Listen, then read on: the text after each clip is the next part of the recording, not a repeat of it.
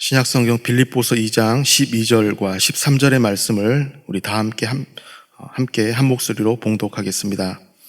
그러므로 나의 사랑하는 자들아, 너희가 나 있을 때뿐 아니라 더욱 지금 나 없을 때에도 항상 복종하여 두렵고 떨림으로 너희 구원을 이루라. 너희 안에서 행하시는 이는 하나님이시니 자기의 기쁘신 뜻을 위하여 너희에게 소원을 두고 행하게 하시나니. 아멘.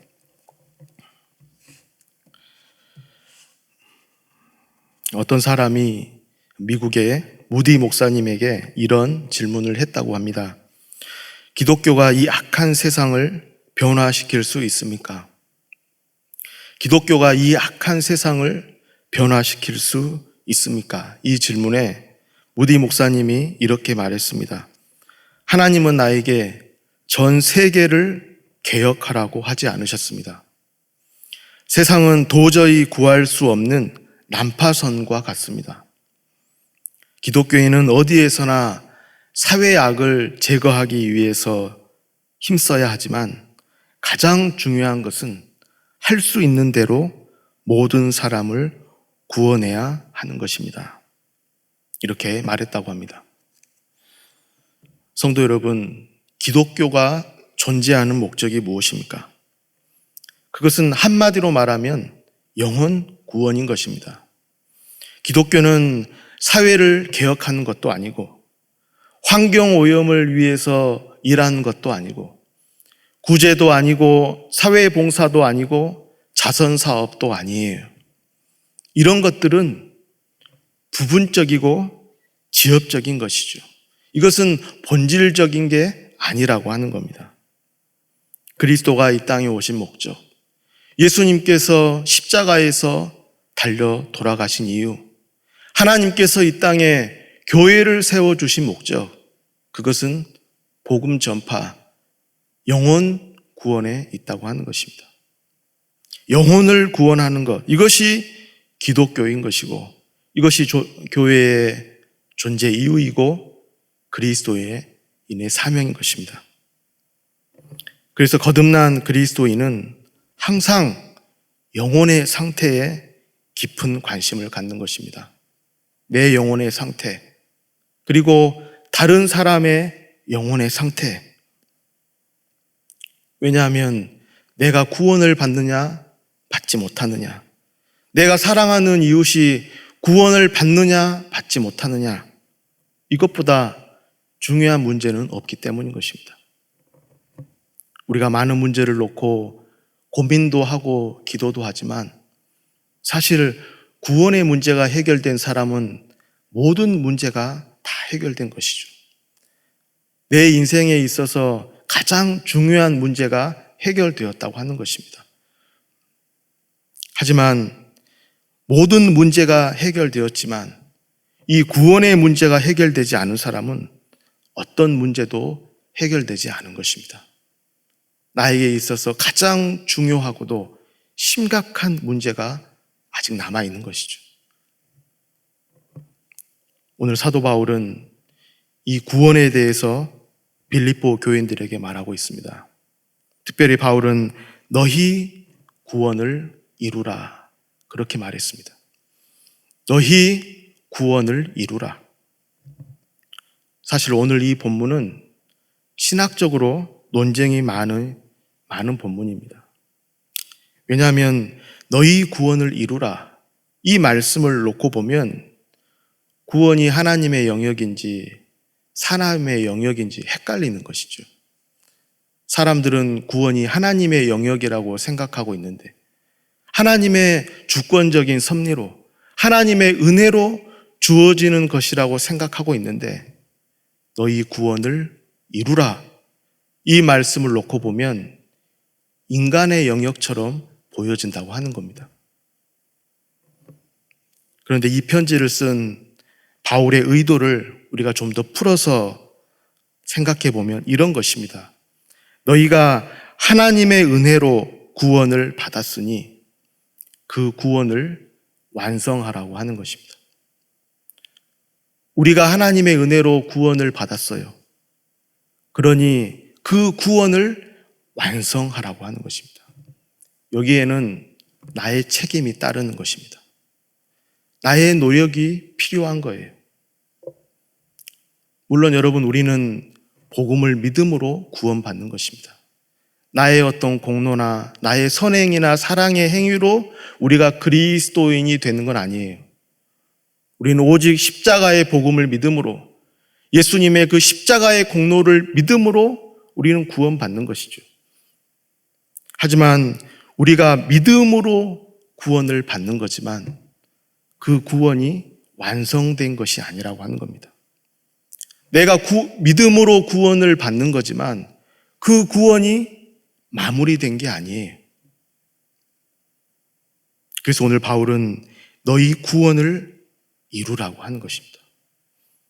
여기에서 이루라는 말은 우리가 움직여야 되는 것을 말하는 거예요. 이루라, 이것은 수동적인 것이 아니라 능동적인 것을 말하는 것이죠. 우리가 움직이는 것을 전제로 하는 겁니다. 하나님께서 알아서 모든 것을 다 하시겠지, 하나님께 다 맡기고 나는 가만히 있어도 되는 것이 아니라고 하는 거예요. 여러분, 성화의 과정을 한번 생각해 보십시오. 우리가 칭의는 우리가 복음을 믿는 순간에 이루어지는 일회적인 사건인 것입니다. 이거는 단번에 일어나는 거예요. 하지만 성화는 어떻습니까? 성화는 계속적으로, 지속적으로 우리에게 일어나는 과정이고 단계를 말하는 겁니다. 이거는 평생 동안 이루어가는 거예요. 우리가 하나님께서 부르시는 그 순간까지 우리의 전 일생을 거쳐서 우리가 그리스도의 형상을 닮아가는 그 과정을 말하는 것입니다. 그래서 이 성화의 과정에는 내 노력이 필요해요. 저절로 되는 것이 아니라고 하는 겁니다. 바울은 지금 이런 맥락에서 말하고 있는 것이죠. 너희가 믿음으로 구원을 받았기 때문에 그 믿음으로 움직일 수 있다고 하는 겁니다. 우리가 믿음으로 구원받았기 때문에 나에게는 움직일 수 있는 믿음이 있어요. 나에게는 움직일 수 있는 신분이 주어졌어요. 내가 이 세상에서 선한 싸움을 싸울 수 있는 믿음이 주어졌다고 하는 겁니다. 움직일 수 있는 새로운 본성이 주어졌어요. 그래서 여러분, 구원을 이룬다고 하는 것은 내가 움직여야 하는 거지만 사실은 하나님께서 이미 우리에게 믿음과 능력을 주신 것이죠. 그래서 오늘 바울은 구원을 이루어가는 그리스도인의 특징을 말씀하고 있습니다. 구원을 이루어가는 그리스도인에게는 특징이 있어요. 오늘 12절에 보시면 항상 복종하여 너희 구원을 이루라 그랬습니다. 구원을 이루어가는 그리스도인의 특징, 항상 복종하여. 여러분 생각해 보십시오. 내가 믿음으로 구원을 받았습니다. 내가 다른 게 아니에요. 내가 믿음으로 구원을 받았어요. 언제부턴가 하나님이 믿어졌고 하나님의 말씀이 진리임이 믿어졌다고 하는 겁니다. 그 하나님의 말씀 안에 복음이라는 것이 믿어졌어요. 그리고 그리스도가 나의 주가 되심이 믿어졌고 하나님의 모든 주권과 역사하심이 믿어졌다고 하는 겁니다. 그래서 이 믿음을 소유하게 된 그리스도인은 하나님 앞에 순종하고 복종해야 된다는 것을 당연하게 여기는 것이죠. 왜냐하면 믿음이라고 하는 것은 하나님의 말씀에 대한 응답이 믿음이에요. 여러분, 구원에 이르는 믿음이 무엇입니까? 구원에 이르는 믿음이라고 하는 것은 하나님의 모든 계시, 하나님의 말씀에 대한 응답이 믿음인 것입니다. 그래서 구원을 이루어가는 그리스도인은 하나님 앞에 복종하는 것을 당연한 것으로 여긴다고 하는 겁니다.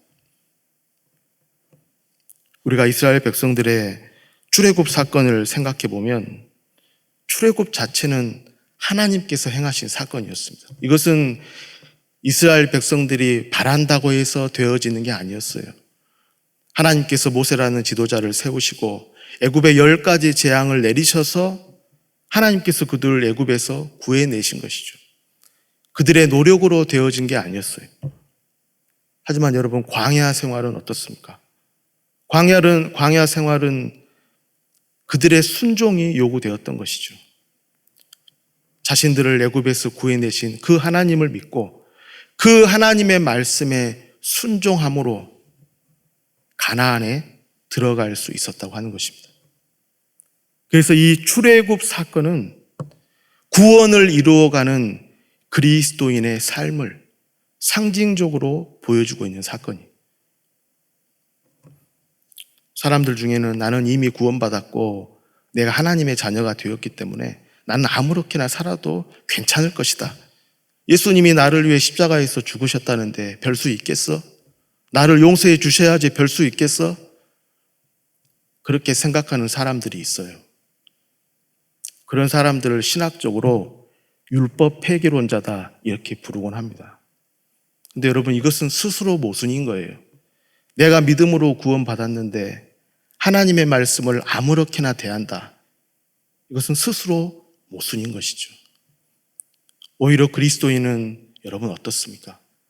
하나님의 말씀에 복종함으로 기쁨을 누리는 것입니다. 하나님의 말씀에 복종하는 것을 당연한 것으로 여기고 하나님의 말씀에 복종함으로 자유와 기쁨과 평안을 누리는 것이죠.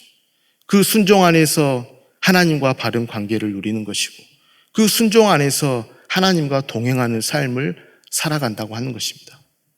그래서 필연적으로 그리스도인은 항상 회개하는 삶을 살아갈 수밖에 없어요. 왜냐하면 내가 복종해야 된다는 것을 알지만 우리는 완전하지 못하기 때문인 것이죠. 그래서 그리스도인은 필연적으로 날마다 순간순간마다 하나님 앞에 회개할 수밖에 없는 것입니다. 여러분, 우리가 하나님께 복종한다. 이것을 조금 더 구체적으로 우리에게 적용시킨다면 어떤 삶을 말한다고 할 수 있겠습니까?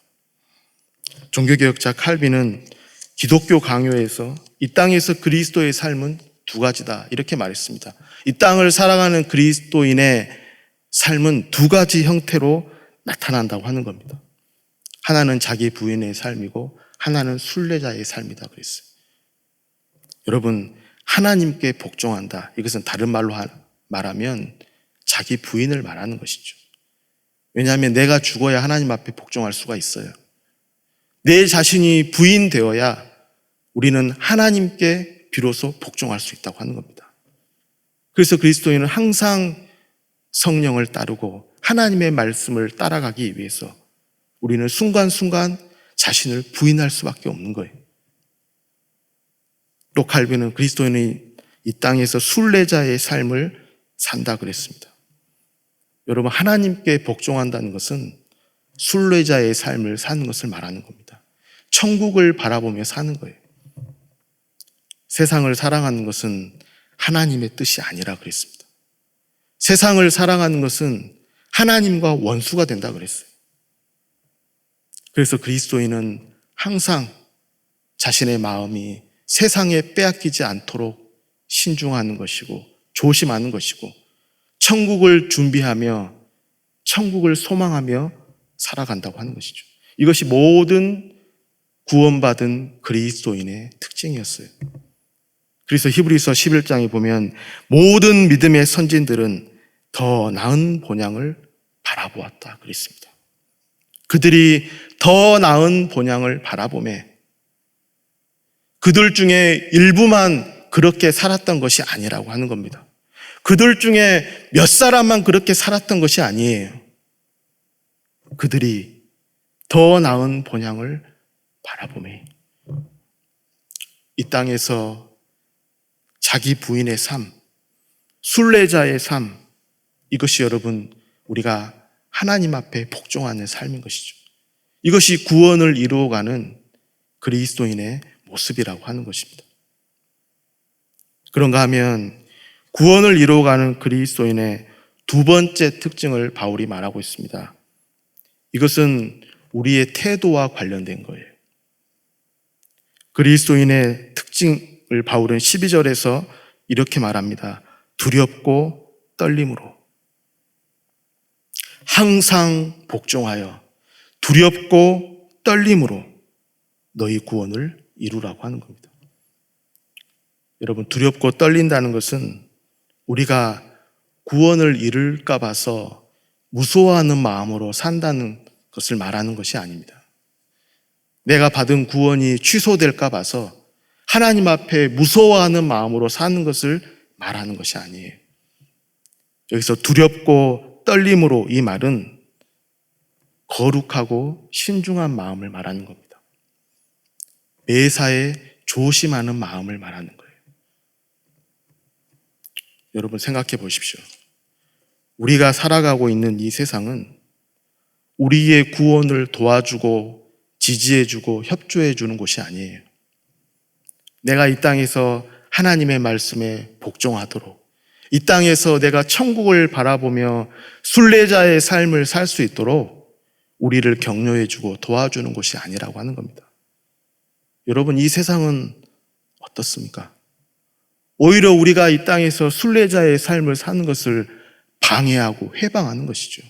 어떻게 해서든지 하나님과의 바른 관계를 방해하고 우리가 천국을 바라보지 않고 이 세상에 이끌려 살아가도록 우리를 유혹하는 곳이 바로 세상이라고 하는 것입니다. 하나님을 사랑하게 만드는 것이 아니라 세상을 사랑하도록 만드는 것이 이 세상이에요.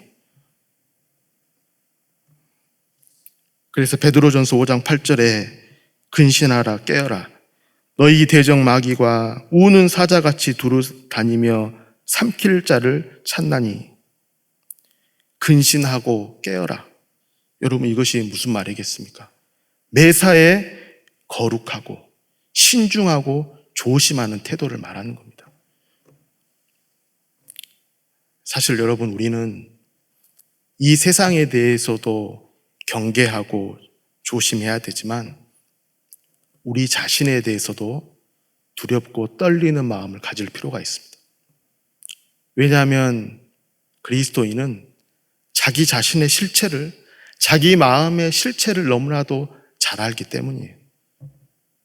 내가 하나님과의 관계가 바르지 않을 때 나의 마음이 어떻게 변화되는지를 우리는 우리 스스로가 너무나 잘 알고 있어요.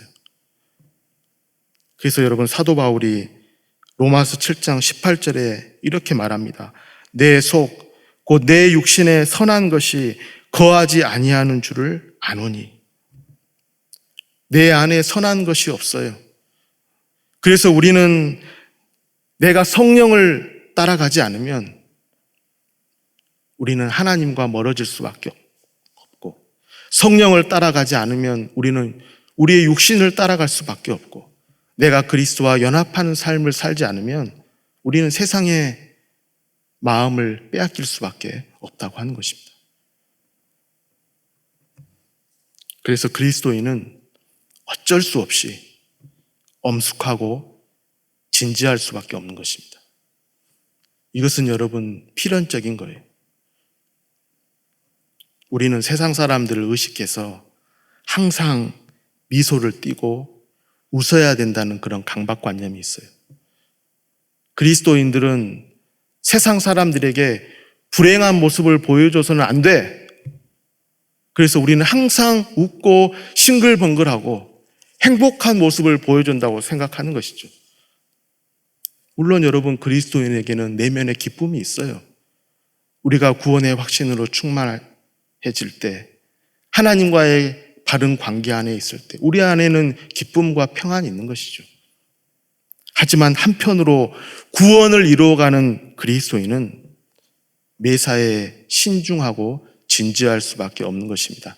왜냐하면 우리는 세상에 대해서 늘 경계해야 돼. 세상을 조심해야 돼. 그리고 우리 자신에 대해서도 항상 경계하고 조심해야 한다고 하는 것입니다.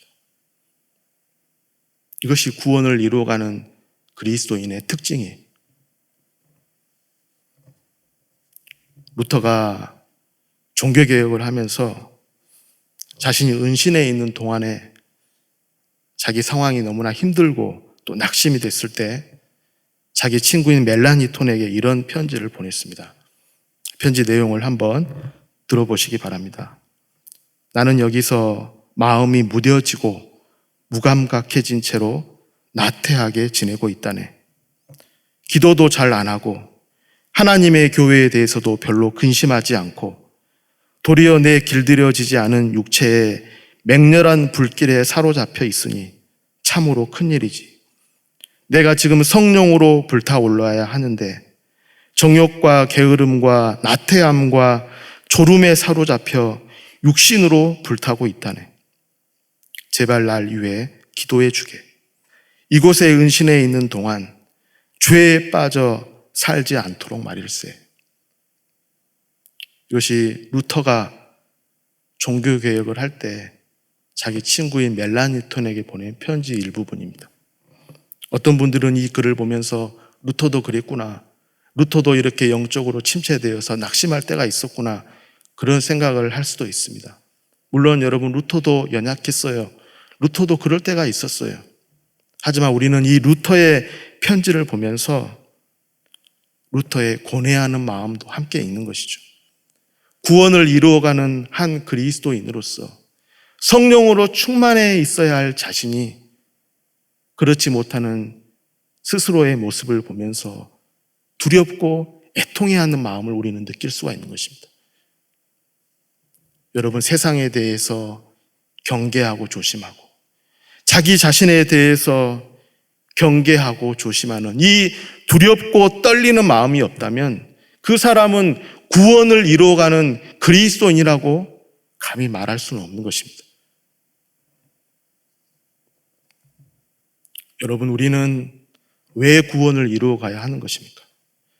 우리가 구원을 이루어가야 하는 이유가 무엇입니까? 먼저는 예수님이 나의 구원을 위해서 죽으셨기 때문인 것이죠. 나는 지옥에 갈 수밖에 없는 죄인인데 예수님이 내 죄를 대신해서 십자가에서 죽으셨다고 하는 것입니다. 나를 위해 구원의 길을 열어주셨어요.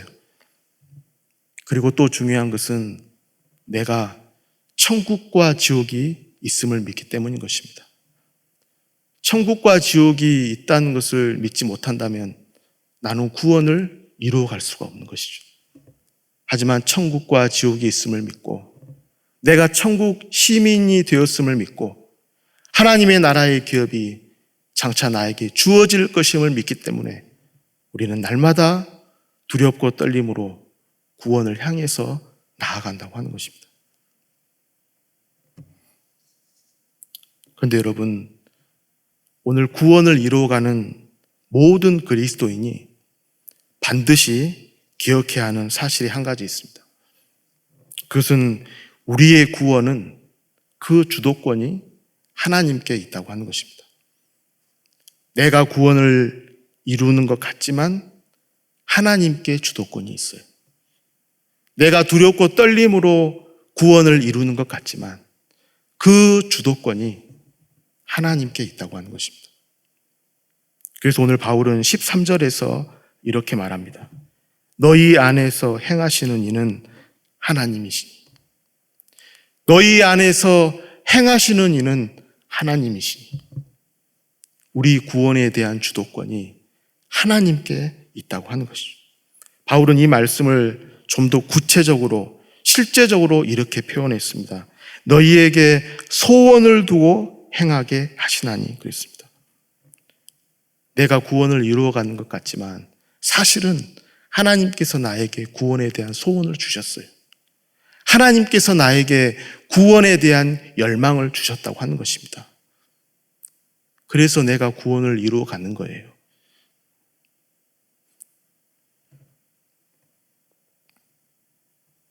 이 구원을 이루어가는 이 소원은 내가 이 땅에서 잘 되고 내가 성공하고 건강하고 자녀들이 잘 되고 그 소원을 말하는 것이 아닙니다. 하나님께서 우리에게 소원을 주셨다. 이 소원이라고 하는 것은 구원을 향한 소원을 말하는 거예요. 구원을 향한 열망을 말하고 있다고 하는 것입니다.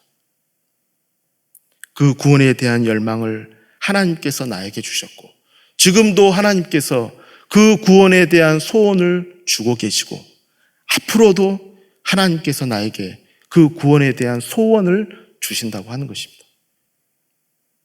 그런데 여러분, 중요한 것은 하나님은 우리에게 이 구원에 대한 열망만 주신 게 아니라 바울은 또 이렇게 말하고 있습니다. 행하게 하시나니. 구원에 대한 소원만 우리에게 주신 게 아니라 하나님은 행할 능력도 주신다고 하는 것이죠. 다시 말해 구원에 대한 주도권이 하나님께 있어요. 하나님께서 우리와 함께 하세요.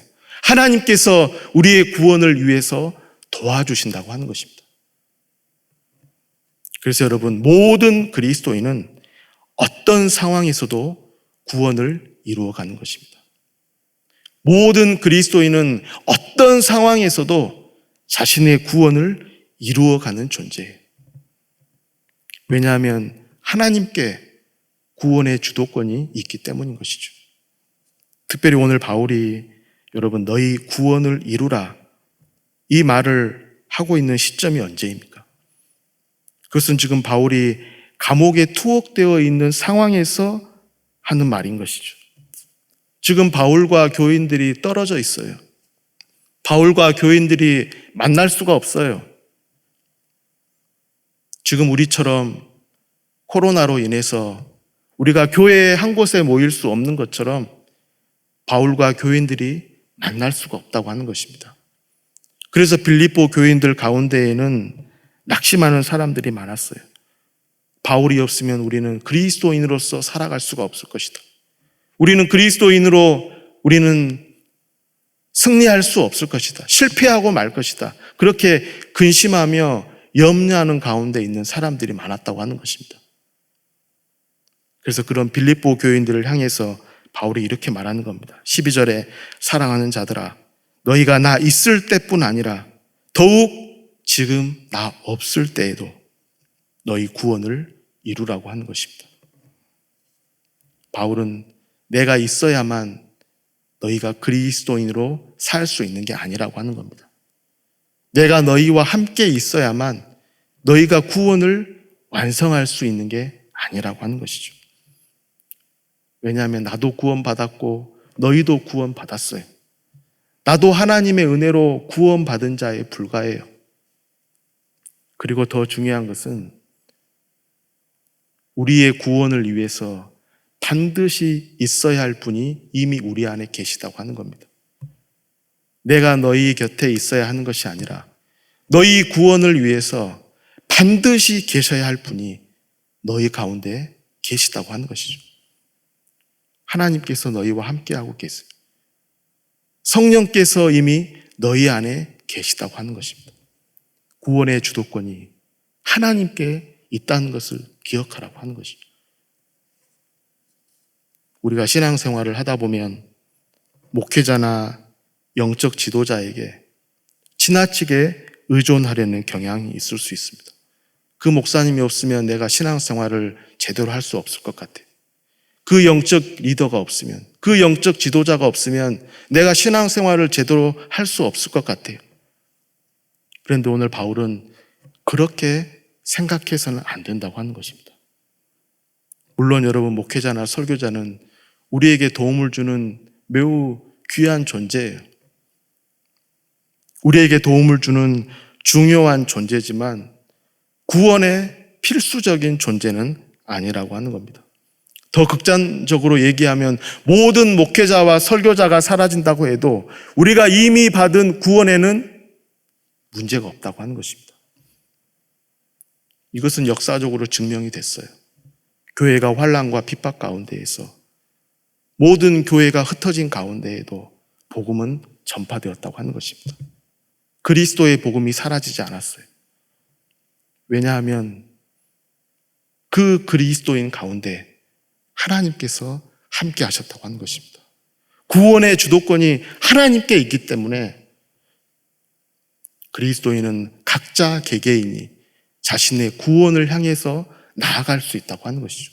그래서 오늘 바울은 나 있을 때뿐 아니라 더욱 나 없을 때에도 너희 구원을 이루라고 하는 것입니다. 한마디로 말하면 여러분, 복음을 믿음으로 거듭난 그리스도인은 한 사람 한 사람이 하나님 앞에 독립적 인격체라는 것을 우리는 기억해야 하는 것입니다. 우리 한 사람 한 사람이 하나님 앞에 독립적 인격체라는 것을 우리는 기억해야 하는 거예요. 그래서 우리는 어떤 상황에서도 하나님께 복종하고 두렵고 떨림으로 우리 자신의 구원을 이루어갈 수 있는 것입니다. 여러분, 오늘 바울은 너희 구원을 이루라 그랬습니다. 구원은 하나님의 은혜에 대한 우리의 적극적인 동참이 필요한 것입니다. 저절로 되어지는 것이 아니에요. 하지만 이 구원의 주도권은 하나님께 있다는 것을 우리는 또 잊어서는 안 되는 것입니다. 그래서 오늘 바울은 너희 안에서 행하시는 이는 하나님이시니, 그래서 모든 하나님의 자녀는 이 구원의 주도권이 하나님께 있음을 알고 우리는 오직 복음 안에서 날마다 구원을 이루어가는 것입니다. 그리고 그 은혜에 감사하며 하루하루를 복음의 증인으로, 그리스도의 증인으로 살아가게 되는 것입니다. 함께 기도하겠습니다. 하늘에 계신 우리 아버지여, 이름이 거룩히 여김을 받으시오며 나라에 임하옵시며 뜻이 하늘에서 이룬 것 같이 땅에서도 이루어지이다. 오늘날 우리에게 일용할 양식을 주옵시고 우리가 우리에게 죄 지은 자를 사하여 준 것 같이 우리 죄를 사하여 주옵시고 우리를 시험에 들게 하지 마옵시고 다만 악에서 구하옵소서. 대개 나라와 권세와 영광이 아버지께 영원히 있사옵나이다. 아멘.